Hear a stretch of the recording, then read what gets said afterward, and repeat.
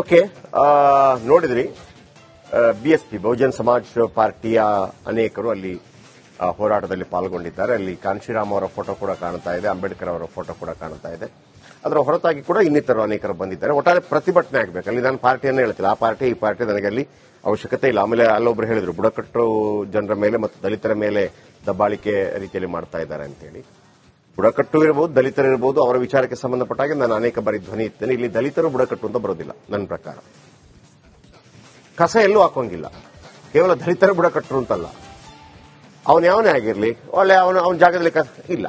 ಇದು ಕಾನೂನಿನ ಪ್ರಕಾರ ಹೋಗಬೇಕಾದಂತ ವಿಚಾರ. ನಾನು ಹೇಳಿದ್ನಲ್ವಾ, ಏನು ಕೆಲವು ಪಾಯಿಂಟ್ ಹೇಳಿದೇನು, ಸರ್ಕಾರದ ನಿಯಮ ಪ್ರಕಾರ ಜನವಸತಿ ಪ್ರದೇಶದಿಂದ 200 ಮೀಟರ್ ಒಳಗಿನ ಪ್ರದೇಶದಲ್ಲಿ ಕಸ ಹಾಕುವಂತಿಲ್ಲ. ಅಲ್ಲಿ ದಲಿತರಿರಲಿ, ಬುಡಕಟ್ಟು ಜನಾಂಗ ಇರಲಿ, ಬ್ರಾಹ್ಮಣ ಇರಲಿ, ಒಕ್ಕಲಿಗ ಇರಲಿ, ಆಮೇಲೆ ಕೂರ್ಗಿಗಳಿರಲಿ, ಯಾರೇ ಇರಲಿ, ಕಾನೂನು ಇಸ್ ಕಾನೂನು. ನಾನು ಇದರಲ್ಲಿ ಹೇಳ್ತಿರೋದು. ನಿಮ್ಗೆ ಗೊತ್ತಿರಬಹುದು, ನಾವು ಬೇರೆ ಟೈಮಲ್ಲಿ ಎಂತೆಂಥ ಸ್ಟೋರಿಗಳನ್ನು ಎತ್ಕೊಂಡಿದ್ದೀವಿ ಅನ್ನುವಂಥದ್ದು. ಇದು ಕಸ ಹಾಕುವಂತ ವಿಚಾರ, ಕಸ ಹಾಕುವಂತ ವಿಚಾರ. ಆದರೆ ಇಲ್ಲ ಕಸ ಹಾಕೇ ಹಾಕ್ತೀವಿ, ಇಲ್ಲಿ ಬುಡಕಟ್ಟು ಜನರಿದ್ದಾರೆ, ದಲಿತರಿದ್ದಾರೆ ಅಂತ ಹಾಕ್ತೀವಿ ಅಂತಂದ್ರೆ ಅದಕ್ಕಿಂತ ಪರಮಾನ್ಯಾಯ ಯಾವುದೇ ಇಲ್ಲ. ಅಂದ್ರೆ ನನ್ನ ಮೂಲ ಉದ್ದೇಶ ಏನಪ್ಪಾ ಅಂತಂದ್ರೆ, ಜನವಸತಿ ಪ್ರದೇಶ ಯಾರೇ ಇರಲಿ ಅಲ್ಲಿ ಕಸ ಹಾಕುವಂಗಿಲ್ಲ ಅಂತ. ಅರ್ಥ ಆಯ್ತಾ ನಿಮಗೆ? ಅಲ್ಲಿ ಬಿಎಸ್ಪಿ ಪ್ರೊಟೆಸ್ಟ್ ಮಾಡ್ತಾ ಇದೆ, ಅವರು ಮಾಡ್ತಾ ಇದ್ದಾರೆ. ನೀವಲ್ಲಿ ಕಾಂಗ್ರೆಸ್ ಬರಬಹುದು, ಜೆಡಿಎಸ್ ಬರಬಹುದು, ಜನಸಾಮಾನ್ಯರು ಬರಬಹುದು, ಪಕ್ಷಗಳಿಲ್ಲದೇನು ಮಾಡಬಹುದು. ಯಾಕೆಂತಂದ್ರೆ ಅದು ಮಾಡ್ತಿರೋದೇ ನೀವು ಕಾನೂನು ಬಾಹಿರವಾದಂತ ಕೆಲಸ, ಅಲ್ಲಿ ಕಸ ಹಾಕ್ತಾ ಇರುವಂತದ್ದು. ಆಯ್ತಾ? ನದಿ ದಡದಲ್ಲಿ ಯಾವುದೇ ಕಾರಣಕ್ಕೂ ಕಸ ಹಾಕಬಾರದು. ನಮಗೆ ನದಿಗಳು ಸಿಗೋದೇ ಬಹಳ ಅಪರೂಪ, ಅಂತದ್ರಲ್ಲಿ ಕಸ ಹಾಕುವಂತ ಪ್ರಯತ್ನಗಳನ್ನ ಮಾಡ್ತಾ ಇದ್ದಾರೆ. ಆಮೇಲೆ ಓಕೆ, ದಿವಿಲ್ ಕುಮಾರ್ ಜಿಲ್ಲಾಧ್ಯಕ್ಷ ಎಲ್ಲ ಮಾತಾಡಿದ್ರು. ಓಕೆ, ಇದರಂತೆ ಗಿರಿಜನರು ಮತ್ತು ದಲಿತರು ಹೆಚ್ಚಾಗಿ ವಾಸ ಮಾಡ್ತಾ ಇರುವಂತಹ ಜನವಸತಿ ಸ್ಥಳ, ಹಾಗಂತ ಅವರಿದ್ದಾರೆ ಅನ್ನೋ ಕಾರಣಕ್ಕಾಗಿ ಹಾಕೋದು ಪರಮಾನ್ಯಾಯವಾದ್ರೆ ಜನವಸತಿ ಪ್ರದೇಶದಲ್ಲಿ ಹಾಕೋದೇ ಪರಮಾನ್ಯಾಯ. ಇಲ್ಲಿಗೆ ನಾನು ಜಾತಿಯನ್ನ ಮಿಕ್ಸ್ ಮಾಡ್ತಾ ಇಲ್ಲ. ಆ ಸಂದರ್ಭದಲ್ಲಿ ಬಂದಾಗ, ಅಂತ ಸಂದರ್ಭಗಳು ಬಂದಾಗ ನಾನು ಬಹಳ ದೊಡ್ಡ ಮಟ್ಟದಲ್ಲಿ ಧ್ವನಿ ಎತ್ತೋದು ನಿಮ್ಗೆ ಗೊತ್ತಿರಬಹುದು, ಅದರಲ್ಲಿ ಎರಡು ಮಾತಿಲ್ಲ.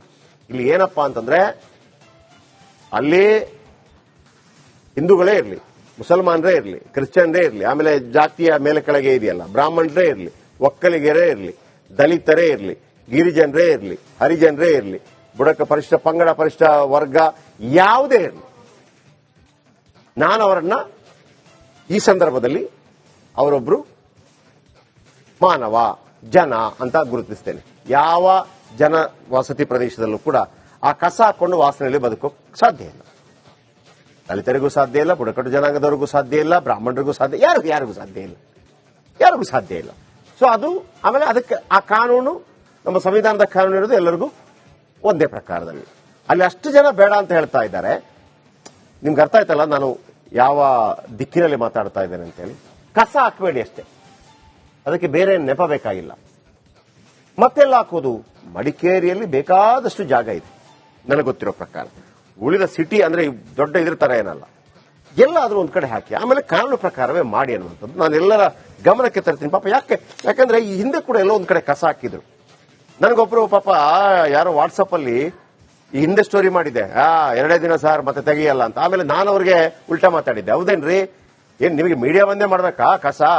1-2 ದಿವಸ ರಜೆ ಹಾಕಿ ಎಲ್ಲರೂ ಕೂಡ ಊರವ್ರು ಸೇರ್ಬಿಟ್ಟು ಕಸ ತೆಗೆದ್ಬಿಟ್ಟು ಒಂದು ಪ್ರೊಟೆಸ್ಟ್ ಮಾಡಿ, ಅದಾಗಲ್ವಾ ಅಂತ ಕೇಳಿದೆ ನಾನು. ಆಮೇಲೆ ಅವ್ರು ನಿಂತೋಯ್ತು ಮಾತಾಡೋದು. ನನಗೆ ಅವರು ಕಿಚಾಯಿಸೋದು ಪ್ರತಿ ಸಲ ಕೂಡ. ಒಂದು ಸ್ಟೋರಿ ಮಾಡಿದೆ ಸರ್, ಅಲ್ಲಿ ಕಸ ಹಾಕ್ತಾರೆ ಅಂತ, ಫುಲ್ ಕಸ ಇತ್ತು. ಸ್ಟೋರಿ ಮಾಡಿದೆ, ಅಲ್ಲಿ ಸಂಬಂಧಪಟ್ಟವ್ರು ಇಲ್ಲ ತೆಗಿತೀವಿ ಮತ್ತೊಂದು ಅಂತ. ಈ ಮನುಷ್ಯ ಮಡಿಕೇರಿಯವನೇ ನನಗೆ ಫೋಟೋ ಸ್ಟೋರಿ ಮಾಡಿದಾಗ ಶಬಾಸ್ ಸೂಪರ್ ಆಗಿ ಮಾಡಿದ್ರಿ ಅಂತ. 1 ವಾರ ಕಳೆದ ನಂತರ ಕಸ ತೆಗಿಲಿಲ್ಲ ಅಲ್ಲಿಂದ. ನನ್ನನ್ನು ಕಿಚಾಯಿಸ್ಬಿಟ್ಟು ಒಂದು ಫೋಟೋ, ನಿಮ್ದಿಷ್ಟೇ ನೋಡಿ, ಎಲ್ಲ ಹೋರಾಟ ಎಲ್ಲ ಇಷ್ಟೇ ಅಂತ. ಆಯ್ತಾ? ಆಗಲಿಲ್ಲ. 1 ತಿಂಗಳು ಕಳೆದಂದ್ರೆ ಮತ್ತೆ ಹಾಕಿದೆ. ನೋಡಿದ್ರ ನಿಮ್ಮ ಏನು ಸುಮ್ಮನೆ ಹೋರಾಟ ನನಗೆ ಕೋಪ ಕಿತ್ಕೊಂಬಂತ. ಅಲ್ಲ ಮಾರೆ, ಕಸ ಹಾಕಿರೋದು ನೀನು, ನಿನ್ ಕರ್ಮ ಅದು. ನಾವು ಮತ್ತು ಕೂಡ ಒಂದು ಆಸ್ ಎ ರಿಪಬ್ಲಿಕನ್ ಆಗಿ ಸಪೋರ್ಟ್ ಮಾಡಿದೀವಿ ನಿಮಗೆ. ನಿಮ್ಗೆ ಹೆಂಗಿದೆ ಅಂತಂದ್ರೆ, ನೀವು ಕಸ ಹಾಕಿ ಅಲ್ಲಿ ಕೂತಿರೋದು, ರಿಪಬ್ಲಿಕ್ ಕನ್ನಡ ಸೂಪರ್ 3 ಬಂದ್ಬಿಟ್ಟು ನಾವಿಲ್ಲಿ ಬಟ್ಟೆ ಹಾರ್ಕೋಬೇಕಾ ಅಂತ ಕೇಳಿದೆ. ಇಳಿ ಕೆಳಗೆ ನೀನು ಏನ್ ಕೆಲಸ ಮಾಡ್ತಾ ಇದ್ಯಾ? 1 ವಾರ ರಜಾ ಹಾಕು ಅಂತಂದೆ. ಊರವ್ರಿಗೆಲ್ಲ ಡಂಗ್ರೋ ಸರ್ ಸುಬ್ಬಾ, ಫಸ್ಟ್ ಕಸ ತೆಗಿ, ನೀನೇ ತೆಗಿ, ಎಲ್ಲಿ ಸುಟ್ಟು ಆಮೇಲೆ ಅಲ್ಲೊಂದು ಬೇಲಿ ಕಟ್ಟು, ಎಲ್ಲ ಒಂದು 5,000 ಸಾವಿರ ರೂಪಾಯಿ ಹಾಕಿ, ಎಲ್ಲ ಇಲ್ಲಿ ಯಾರು ಹಾಕೋಂಗಿಲ್ಲ ಅಂತೇಳಿ. ಇದ್ಯಾ ದಮ್ಮು ಅಂತ ಕೇಳಿದೆ. ತಪ್ಪ ಸರ್ ನಾನು ಕೇಳಿದ್ದು? ಕೆಲವ್ರದ್ದು ಹಂಗೆ.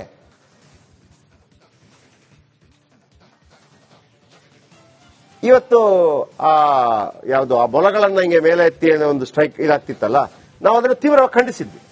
ಆಯ್ತಾ? ಇಲ್ಲ ಇದಕ್ಕೆ ಕ್ರಮ ಕೈಗೊಳ್ಬೇಕು ಅಂತ ಒಬ್ರು ಫೋನ್. ಅಲ್ಲ ನೀವು ಅದನ್ನ ಕೋರ್ಟ್ ಮುಖಾಂತರ ಅದಕ್ಕೆ ಸ್ಟೇ ತರಿಸಿ ಅಂತ ನಾನಂದ್ರೆ ನೀವು ತರಿಸಿ ಸರ್ ತಂದೆ ನಾನು. ಅಲ್ಲ ನೀವು ಮಾಡಿ. ಅಲ್ಲ ಸರ್ ನಮಗೆ ಆ ಜಿಲ್ಲೆ ಒಂದೇ ಸ್ಟೋರಿ ಅಲ್ಲ, ಒಂದು 20 ಸ್ಟೋರಿ ಬರುತ್ತೆ. ನಾನು ಅದರ ಹಿಂದೆ ಹೋದ್ರೆ ನನಗೆ ಮಾಡೋಕ್ಕಾಗಲ್ಲ.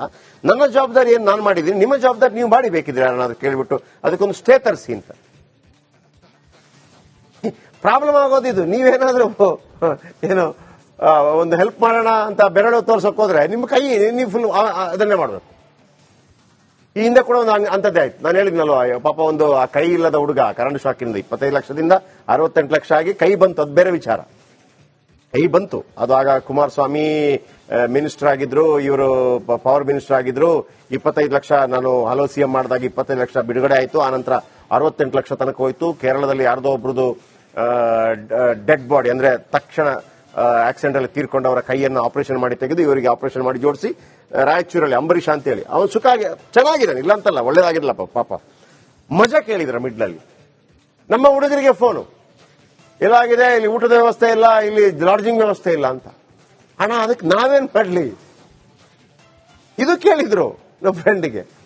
ಏನೆಲ್ಲ ಸ್ಟೋರಿ ಮಾಡ್ಬಿಟ್ರೆ ಯಾರೇ ಸ್ಟೋರಿ ಮಾಡಬೇಕು ಅಂತಾರೆ. ಸ್ಟೋರಿ ಮಾಡಿದ್ರೆ ನಂತರ ಆಮೇಲೆ ಎಲ್ಲ ಈ ಸ್ಪೂನ್ ಫೀಡಿಂಗ್ ಹಂಗಲ್ಲ ಅಂತ. ನಾನು ಇದನ್ನ ಅಪ್ರಿಶಿಯೇಟ್ ಯಾಕೆ ಸ್ವಲ್ಪ ಜಾಸ್ತಿ ಮಾತಾಡಿದೆ, ಯಾಕೆ ಇದನ್ನ ಇಷ್ಟಪಡ್ತಾ ಇದ್ದೀನಿ ಅಂತಂದ್ರೆ ಇವ್ರಿಗೆಲ್ಲ ಏನ್ ಕೆಲಸ ಇಲ್ವಾ? ಇದೆ. ಆ ತಾಯಂದ್ರು ಕೂತಿದ್ದಾರೆ, ಅವ್ರಿಗೇನು ಕೆಲಸ ಇಲ್ವಾ?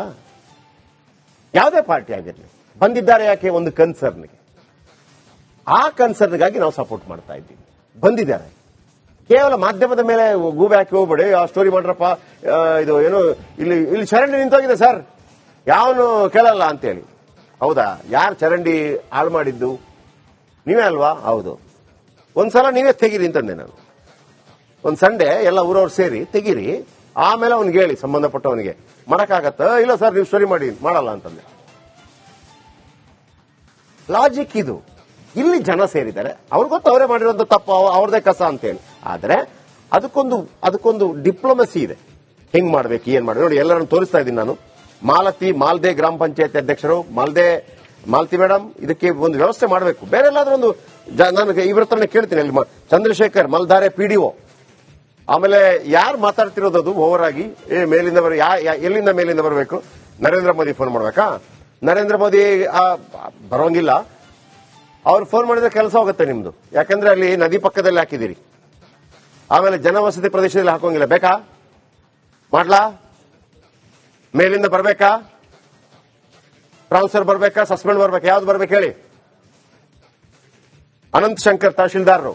ಅನಂತ್ ಶಂಕರ್ ಅವರೇ, ಮಡಿಕೇರಿ ಅಂತ ಜಾಗದಲ್ಲಿ ಒಂದು ಕಸ ವಿಲೇವಾರಿ ಮಾಡಲಿಕ್ಕೆ ಜಾಗ ಇಲ್ಲದೆ ಇರ್ಲಿಕ್ಕಿಲ್ಲ. ಆದ್ರೆ ಜನವಸತಿ ಪ್ರದೇಶ, ಅದು ಕೂಡ ಅವ್ರು ಹೇಳ್ತಾ ಇದ್ದಾರೆ. ಗಿರಿಜನರು, ದಲಿತರು ಇರುವಂತ ಜಾಗ ಅಂತೇಳಿ. ಅಂತ ಜಾಗ ಇನ್ನೂ ಚೆನ್ನಾಗಿ ಮಾಡ್ಕೊಡ್ಬೇಕು ನೀವು.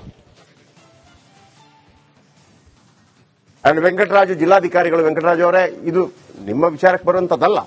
ಆದ್ರೆ ಒಂದು ಜಿಲ್ಲೆಯ ಮುಖ್ಯಸ್ಥರಾಗಿ ನಿಮ್ಮ ಗಮನಕ್ಕೆ ಯಾಕೆ ಇಲ್ಲೇ ಮಾಡ್ತಾ ಇದ್ದಾರೆ ಸರ್? ಅದಕ್ಕೆ ಕಾನೂನು ಚೌಕಟ್ಟಿದೆ. ಜನವಸತಿ ಪ್ರದೇಶದಲ್ಲಿ ಆಗಬಾರದು. ಈಗ ಒಂದು ಬಾರ್ ಶಾಪ್ ಇದೆ ಅಂತ ಇಟ್ಕೊಳ್ಳಿ, ಅಲ್ಲಿ ಪಕ್ಕದಲ್ಲಿ ಶಾಲೆ ಆಯ್ತು ಅಂತ ಇಟ್ಕೊಳ್ಳಿ. ಬಾರ್ ಅವನು ಹೇಳೋಂಗಿಲ್ಲ, ನಂದು ಮೊದಲಿತ್ತು ಅಂತ ಹೇಳಿ ಬಾರ್ ತೆಗೆದು ಬಿಸಾಕ್ಬೇಕಷ್ಟೇ. ಹಾಗಂತ ನೀವು ಲಾಜಿಕ್ ಮಾತಾಡಿದ್ರೆ ಶಾಲೆಯಿಂದ ಏನ್ರಿ ಬರುತ್ತೆ? 30,000 ಕೋಟಿ ಲಿಕ್ಕರ್ ಇಂದ ಬರುತ್ತೆ ಅಂತಂದ್ರೆ ಅದು ವಿತಂಡವಾದ ಅಂತಾರೆ. ಅರ್ಥ ಆಯ್ತಾ? ಹಾಗೇನೆ ಜನವಸತಿ ಪ್ರದೇಶದಲ್ಲಿ ಕಸ ಹಾಕುವಂಗಿಲ್ಲ. ಅಲ್ಲಿ ದಲಿತರು ಇವರು ಇದ್ದಾರೆ ಅಂತಲ್ಲ. ಜನವಸತಿ ಪ್ರದೇಶ ಅಂದ್ರೆ ಅದನ್ನ ಹಂಗೆ ತಗೊಳ್ಳಿ ದಯವಿಟ್ಟು. ಅದನ್ನ ಆ ಟರ್ನ್ ಕೊಡಬೇಡಿ.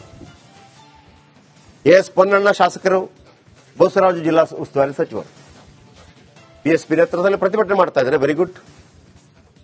ಇರ್ಬೇಕು, ಪಕ್ಷಗಳೆಲ್ಲ ಇರಬೇಕು ಒಂದೊಂದು. ಬನ್ನಿ, ಅನುಕಾರ್ಯಪ್ಪ ಇದ್ದಾರೆ. ಅನುಕಾರ್ಯಪ್ಪ ಅವರೇ, ನನಗೆ ಒಂದು ಖುಷಿ ಆಗಿದ್ದು, ಪಾಪ ಎಲ್ಲರೂ ಸೇರಿದ್ದಾರೆ ಜನಗಳು. ಅವ್ರಿಗೇನು ಬೇರೆ ಕೆಲಸ ಇಲ್ಲ ಅಂತಲ್ಲ, ಅವ್ರಿಗೂ ಕೆಲಸ ಇರುತ್ತೆ. ಎಲ್ಲ ಸೇರಿ ಒಂದು ಪ್ರತಿಭಟನೆ ಮಾಡ್ತಾ ಇದ್ದಾರೆ. ಪ್ರತಿಭಟನೆ ಎಷ್ಟು ವಿಕೋಪಕ್ಕೆ ಬರಬೇಕು ಅಂತಂದ್ರೆ ಎಷ್ಟು ಪ್ರಾಬ್ಲಮ್ ಆಗಿರ್ಬೋದು ಪಾಪ ಅವರಿಗೆ. ಅಟ್ ದ ಸೇಮ್ ಟೈಮ್ಸ್ ಮತ್ತೊಂದು ಜಾಗ ಇಲ್ವಾ ಹಾಕುವಂಥದ್ದು? ಯಾಕಂದ್ರೆ ಮಡಿಕೇರಿ ಅಂತಂದ್ರೆ ನನಗೆ ಸ್ವಲ್ಪ ಗುಡ್ಡಗಾಡು ಪ್ರದೇಶ ಎಲ್ಲ ಇದೆಯಲ್ಲ ಅಲ್ಲಿ ಅಂತ ನನಗನ್ಸೋದು. ನಂಬರ್ 1. ಎರಡನೇದು ಮೇಲಿಂದ ಬರಬೇಕು ಅಂತ ಹೇಳ್ತಾರಲ್ಲ. ಯಾವ ಮೇಲಿಂದ ಬರ್ಬೇಕಂತೆ? ಯಾರು ಫೋನ್ ಮಾಡ್ಬೇಕಂತೆ? ಮೇಲಿಂದ ಯಾವ ಅಧಿಕಾರಿಗೆ ಬರ್ಬೇಕಿರುವಂತಂತೆ? ಇವತ್ತೇ ಬರ್ಬೇಕಾ?